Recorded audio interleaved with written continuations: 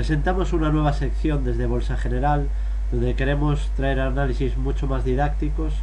con voz, y en el que explicaremos el aspecto técnico de los índices o de los valores en general de la bolsa española. En primer lugar vamos a comenzar con el IBEX 35.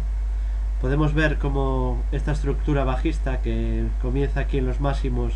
en 16.040 puntos que se realizan en noviembre del 2007, podemos ver cómo tras hacer estos 16.040 puntos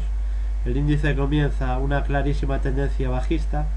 con máximos y mínimos decrecientes, formando este claro canal bajista que podéis ver en color azul,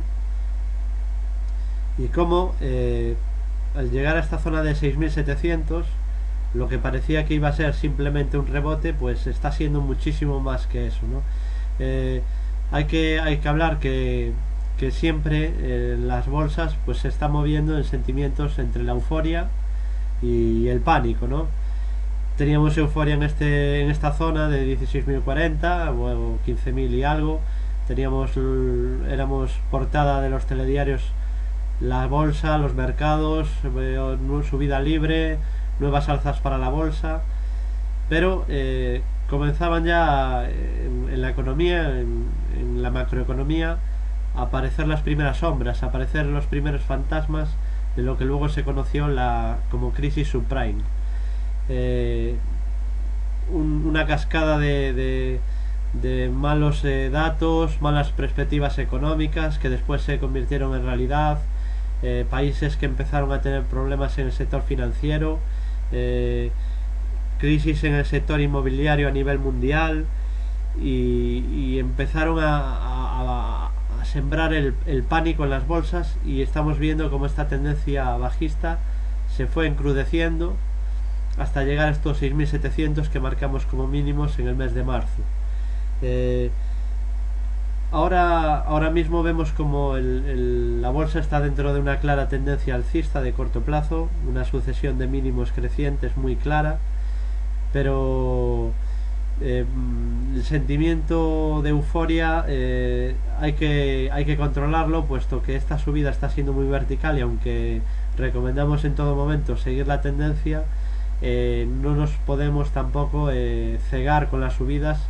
y pensar que nunca vamos a volver a tener sustos ni correcciones. Aquí vemos como técnicamente tenemos una clara figura de hombro, cabeza, hombro invertidos,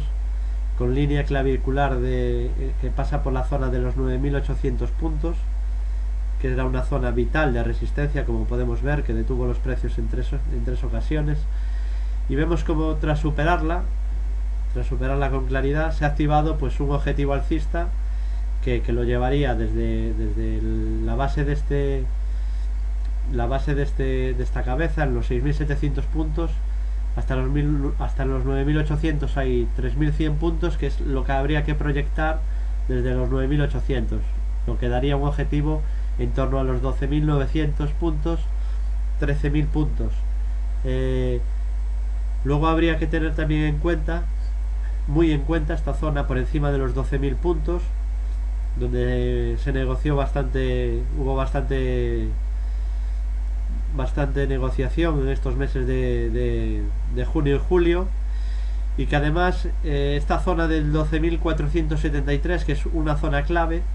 porque supone el 61,8% de la corrección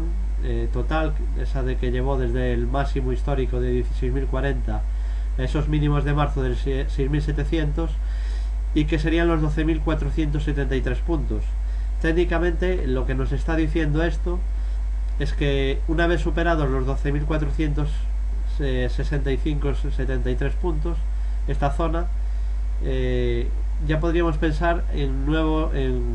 que volveríamos a la zona de máximos de 16.040 e incluso pues batir nuevos máximos en las bolsas. Mucha gente siempre pregunta qué correlación tiene la bolsa con la economía. Pues obviamente es indiscutible que hay una correlación, pero no es una correlación directa. Entonces, ¿qué están descontando las bolsas? Pues las bolsas están descontando con estas subidas tan importantes que la economía, que se ha visto lo peor, que la economía va a volver a restablecerse, que el sector financiero pues ha sabido aguantar el chaparrón y aunque sigue habiendo problemas de liquidez y de crédito, pues lo peor ha pasado. Obviamente no tenemos el mismo escenario que teníamos aquí cuando se caía y la volatilidad era terrible, de quiebras de entidades financieras muy importantes que trajeron el pánico a las bolsas. Pues por citar algunas, pues empezaron a aflorar los primeros malos datos a partir de abril del 2007, cuando Citigroup reconocía pérdidas de más de 5.000 millones de dólares en el primer trimestre. Eh, Después tenemos pues las primeras quiebras, eh, como el banco británico Northern Rock, el quinto del país por hipotecas concedidas, se desplomaba en la bolsa el 11 de septiembre del 2007. Tenemos como en el 2008 se tuvo que nacionalizar a Fannie Mae y Freddie Mac el 6 de septiembre, y cómo pues se tuvo que regular de nuevo, o se está intentando regular de nuevo tras muchísimas inyecciones de liquidez, pues todo el sistema financiero, ¿no? Eh,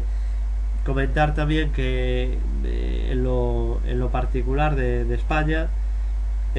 tenemos que el 28 de enero el Banco Central de España anunciaba que el país estaba en recesión por primera vez desde 1993. Los pronósticos del gobierno indicaban que el PIB caería un 1,6%.